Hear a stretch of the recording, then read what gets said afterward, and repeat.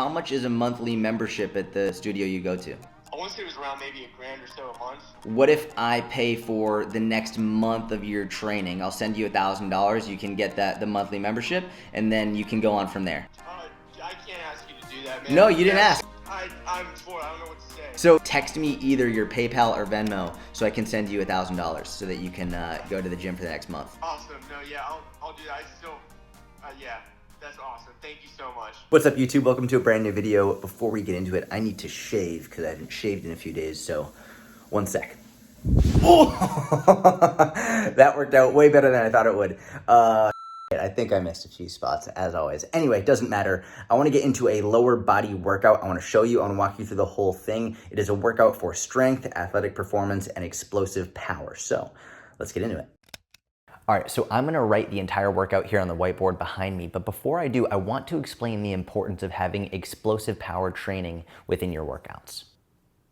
One of the reasons it's so important to understand and apply explosive power training, especially as you get stronger and more advanced, is because if you don't improve your explosive speed and your explosive strength and your explosive power, you will never reach your full strength potential. I'm gonna explain why right now. When most people think about getting stronger and they hear about progressive overload and they start learning about strength training, they think that the only way to improve their strength is to increase how much weight they're lifting. Now, that's not incorrect in that, of course, progressively overloading how much weight you can lift is going to help you produce more force. It's going to help you get stronger. They are, however, missing 50% of the equation for force, because it's not force equals M. Force equals M times A, and A is acceleration. So if you want to increase how much force you can produce, in other words, if you want to increase how strong you are, it's not just about lifting heavier weight, it's also about increasing the speed at which you can lift that weight. Okay, so this is starting to make sense. If you want to increase your force, it's not just about how much weight you lift, it's about how quickly you can lift that weight. It's about how much force you can produce in the least amount of time. In other words, power. Now let's look at the equation for power. Power equals force times velocity. And while most people who are trying to increase their power development only focus on how much force they can produce, they are forgetting, again, 50% of the equation. It's not just about force, it's equally about how quickly you can produce that force, in other words, velocity. So we're starting to see here time and again that most people, when they want to get stronger, they're only focusing on how much weight they can lift. But the reality is just basic physics. If you can produce more force in less time, you will be stronger as a result of it. So my goal here isn't to tell you to stop lifting heavier weight, that's far from it. My goal here is to tell you to make sure you are including speed-based, power-based, acceleration-based training within your workouts so that you can get the best of both worlds and reach your ultimate strength potential. Now really quick, let's look at another important strength graph so you can understand how this works. Well, never mind, this is just a penis. On a serious note, this is a different graph that's going to help you understand the strength and velocity relationship. Actually, no, never mind. That's just a drawing of poop. Okay, you know what? Never mind. I'm going to stop right now. I'm just going to get to explaining the workout I'm about to do.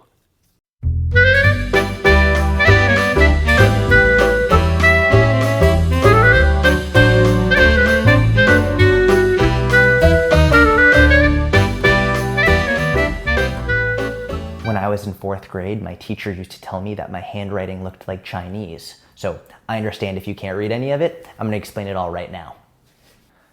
Now, before we get into the specifics of this workout, remember it is a lower body workout specifically designed for strength, athletic performance, and explosive power. So with that in mind, we're gonna look at the order of events first. So for the first thing I have, it's a kettlebell swing.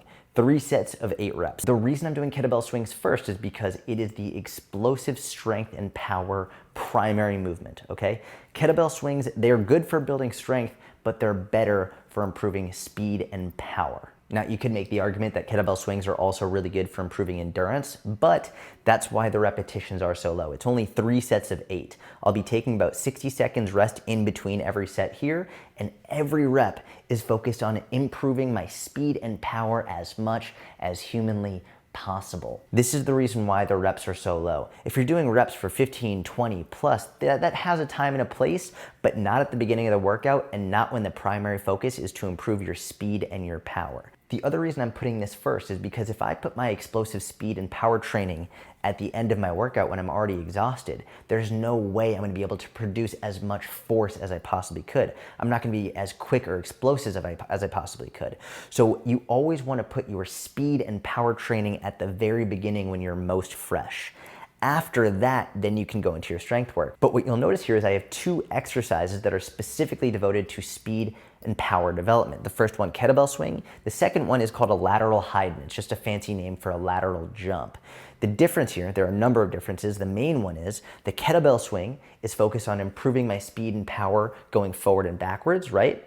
In the sagittal plane, whereas the lateral Hyden is focused on improving my speed and power in the frontal plane, moving side to side. From an athletic performance perspective, this is incredibly important because if you want to get stronger and more athletic, it's not just about improving your strength and your speed in one direction or up and down, also side to side, laterally, horizontally, diagonally. You want to get better in moving all directions. One thing I want you to notice about the lateral Hydens is how I finish every repetition. I stick as much as I can. Sometimes I'll fall over, but I try and stick every landing as much as possible. A lot of times people will jump and then immediately go right back before they've ever really given it a chance to stick the landing. The landing is super important for a number of reasons, not least of which it's teaching you how to decelerate. Deceleration, learning to decelerate your body is such an important skill in athletics, especially if you're trying to avoid injury. So watch every rep, I'm decelerating and I'm learning how to stick and absorb that landing. The other thing I'll say about the lateral Hydens is you'll notice if you can read my handwriting, it's 3 sets of 3 per leg. That's it. It's only 3 reps per leg, only a total of 9 reps per leg. The cool part about explosive power and speed training is you don't need a lot. This is one of the reasons I fucking hate when I see people doing box jumps for 25, 50, 100 repetitions. It's too much, you're more likely to injure yourself, and you lose the training effect. Once you start slowing down and the reps go slower and slower and you're not being as explosive with it, you're not getting the benefits. Another reason why you put these things first. Because again, if you put them at the end of the workout, you're gonna be tired. You're not gonna be producing as much force. You're not gonna be as quick and explosive as you would be if you did it at the beginning. So always put this at the beginning and keep your reps low and your intent and your effort very, very high. Now what you're gonna see here are 2 separate supersets. I'm not really in the frame, so I'm just gonna get in the frame really quickly. 3A and 3B and 4A and 4B. Now, there are a number of reasons I like supersets. I might do a whole video on that separately. Basically, it requires you to take less overall rest so you can get through the workout more quickly. It makes the workout more efficient. You also don't want to pair it with really competing muscular demands. So for example, you wouldn't want to do a superset with a bench press paired with a push-up because it's the exact same muscles being worked and you're not going to get the most benefit out of it. There is a time and a place for doing that, but not with supersets. Now in this example, 3A and 3B, I have a single leg Romanian deadlift, 3 sets of 8 per leg, paired with Bulgarian split squats, 3 sets of 8 per leg. Now yes, I understand they both use the glutes a lot, but single leg RDL is more of a hamstring dominant movement. Bulgarian split squats are more of a quad and glute dominant movement. Now this is also where my strength work starts to come into play. You notice it's 3 sets of 8 per leg. I'm not going 12, 15, 20, but I'm also not going in the 1, 2, 3 rep range for maximal strength. This is strength for athletic performance. If I was powerlifting, if I was trying to increase my deadlift, I might be in the 3 to 5 rep range, but because this is strength for athletic performance, I really like that 8 to 10 rep range. After that, I'm continuing my strength work, but I'm also adding in a little bit more athletic performance here. It's a lateral lunge with pulse. I'll explain that in a second, paired with a single leg hip thrust. The lateral lunge with a pulse is a very unique exercise. I really like it a lot. It is not a maximal strength exercise. You will get stronger from doing this, but number one, you're moving in the frontal plane. You're moving side to side, so you're not gonna be lifting extremely heavy weights. You're teaching your body to bear a load to get stronger while you're moving dynamically, laterally, instead of front to back, which most people, we just always go in the front to back motion. And the pulse that's required here really uses a lot of your abs. Most people, when they do a lunge, they speed their way through it. They don't really spend much time in the bottom position. I want to really develop my core strength in the bottom position of this lateral lunge so I can get stronger and more stable in this position, because when you're performing a sport, whether it's jiu-jitsu, basketball, baseball, tennis, you need to be able to be stable in every position, oftentimes in awkward positions. That's why I like doing this exercise. As for the single leg hip thrust, obviously to get stronger glutes, to improve your glute size, your glute strength, all of that from an aesthetics and an athletic perspective. Also, I think this is one of the most overlooked aspects of hip thrust and glute strength in general, is how important it is for your overall health, for your back health, for your knee health. A lot of times people with knee injuries, they come to me and they have no glute strength. The glutes and hamstrings are what protect your knees from injury. So a lot of this is also for me specifically to protect my knees from getting injured while I'm doing jiu-jitsu.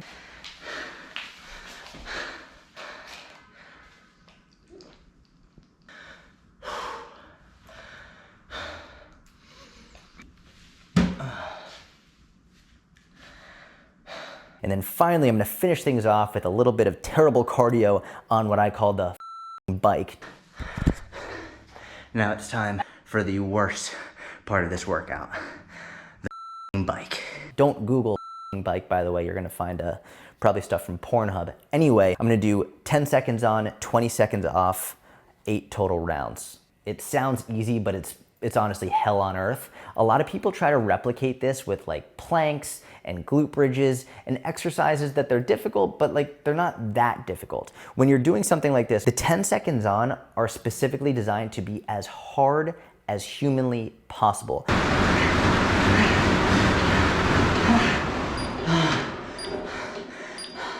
Last one. Fuck this. I fucking hate this bike. Oh, fuck this bike. By the time you're done with this, you should barely be able to breathe. Right? And I am very careful when I say something like that. I don't want to put into your mind that you need to be working so hard that you're gonna throw up every time you work out. Fuck. That's not the case. But for this specific exercise and this specific protocol, it is designed to make you incredibly exhausted. Fuck that.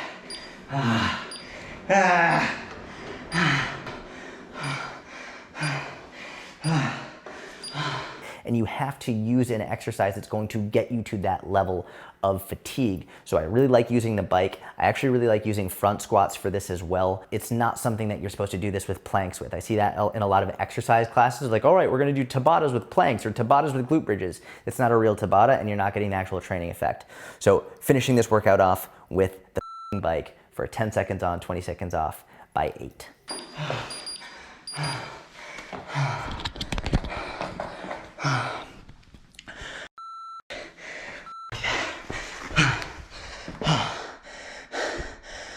Okay. That bike. I can't even think straight. Give me a second. Let me regroup.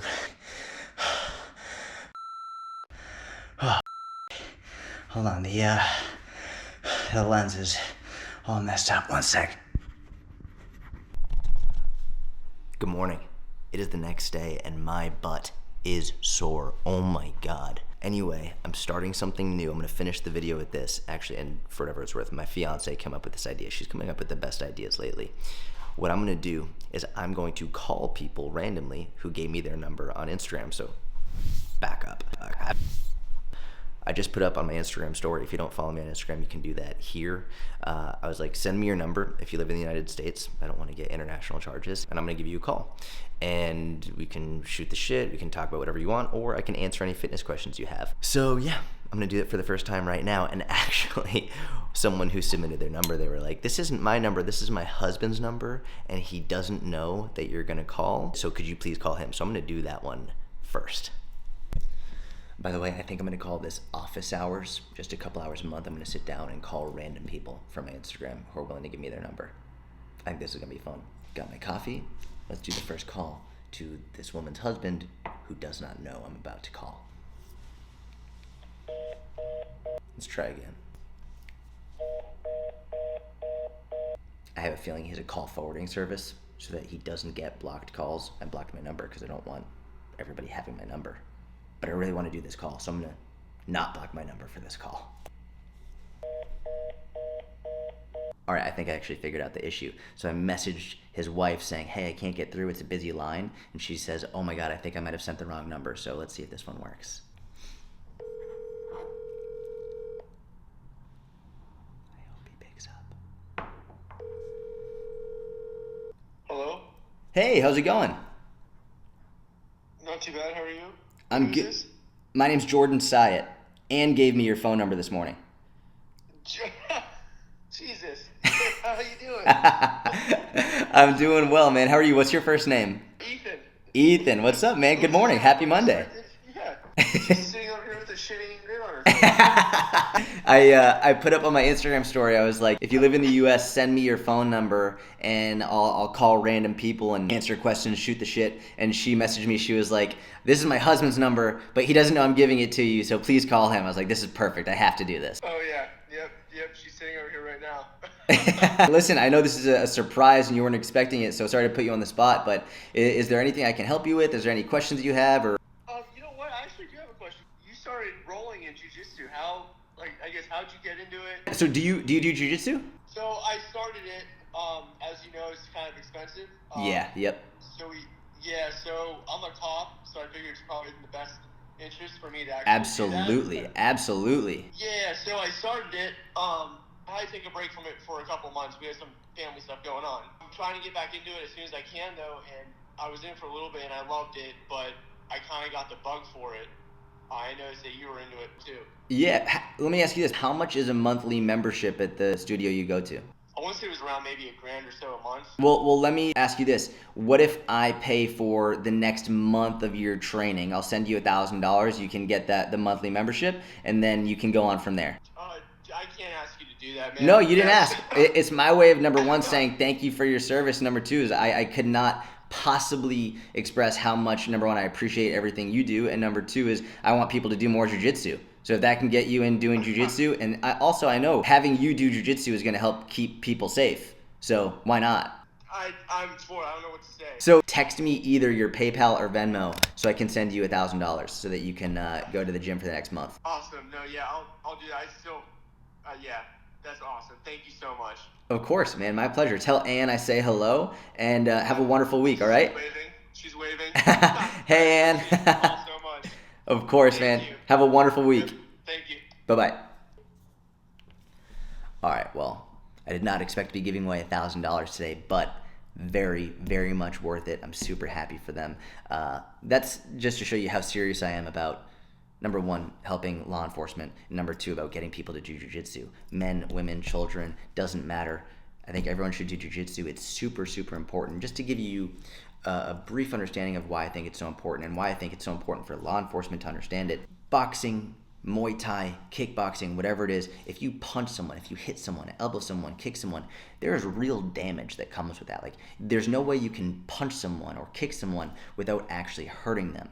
And we see this a lot with law enforcement, unfortunately, where they're trying to subdue someone and it causes real damage. And one of the best things about jiu-jitsu is it teaches you how to control your opponent, right? So it teaches you how to control someone without necessarily causing damage. There's no punching, there's no kicking. The way that the best people in jiu-jitsu describe jiu-jitsu is it's control leading to submission. And you don't have to submit people if you don't want to. The main purpose is to control them, to get them on the ground so that they can't hurt you, they can't hurt someone else, and they can't hurt themselves. So it's one of the reasons I'm so adamant about everybody, especially law enforcement, but everybody practicing jiu-jitsu, because you never know if you're going to find yourself in a situation in which you need to protect yourself, protect a loved one, and also not to mention the person who maybe if they're attacking you, they might not be in the right frame of mind. They might be a danger to themselves as well. So rather than causing damage to them, it's best to put them in a position in which they can't hurt you, can't hurt someone you love, and can't hurt themselves. And that's what I think jiu-jitsu is so good for. So with that being said, I'm going to call someone else. I hope they pick up. Hello? Yo! Hey! You know who this is? Yes, I do. Wow, that was extremely fast. That's what she said. How are you? I'm doing great. My fiance is never going to believe this, honestly. Is she there? No, she's at work, but I mean, we love you guys. I'm actually the one who turned her on to you, and now she's a huge fan. Oh, that's awesome. I love it. Well, dude, listen, is there anything, like, this is your time. If you just want to say, hey, what's up? Cool. If you want to, if you have any questions, I'm happy to answer any questions you have. Oh, I don't have any questions prepared, but I mean, your content really helps me out because I'm actually in school right now for to become a personal trainer, so it really helps a lot. So.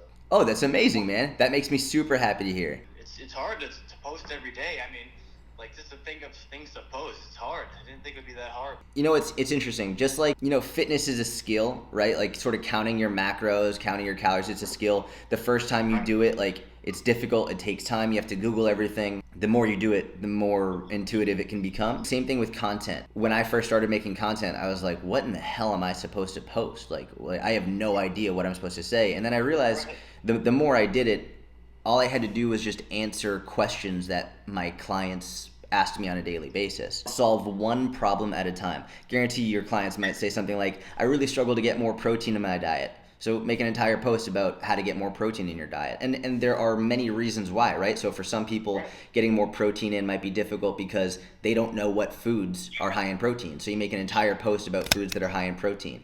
Then other people might say they're having a hard time getting protein in their diet because of their schedule, right? So they work as a night shift nurse and they have really, really crazy work hours. So then you make a post about easy ways to get more protein in your diet even if your work schedule is nuts. So literally, this is just off the top of my head because I've developed this skill for so long. But like for every problem, there's a solution. And also for every problem, there's many reasons why someone is having that problem. So just spend time making content around individual problems. Like I would just make a list, like write down or text yourself a list of problems people have and come up with content to solve those problems. Wow. This is great. There's so much good information here. How much time do we have? Because I have another question. Let's do one more, man. All right. So I'm just wondering, like, how long it took you once you started, coaching and training, how long it took you to get into a groove and to get comfortable and build up your confidence with your clients? Because I don't know, I feel like I'm struggling with my confidence and not being able to answer all of my clients' questions and have, I don't know, I worry about that. Yeah, dude, I get it. It's a super common fear. I have a couple questions. Number one is, how long have you been coaching? Well, not yet actually. I mean, I'm doing an internship, but I don't have my own clients. Cool. So not long at all. Right. Yes. Cool. So the issue is like, well, you don't like maybe not being able to answer their questions, right? Right. And I would imagine that's because you don't want to appear unknowledgeable on the topic, correct? Exactly. Yeah. Have some credibility. Correct. Well, here's the deal. As of right now, you suck. And that's okay. Not wrong. That's okay. But you have to know that, because if you know that, then you don't have to put up a front. You don't have to lie. Like if someone asks you a question that you don't know the answer to, then all you say is, hey, listen, I don't know, and I don't want to lie. I don't want to make something up. And they're going to trust you because you just told the truth. Whereas if you lie or you make something up, you're going to feel bad about it, and they're going to smell bullshit, and then they're not going to trust you anymore.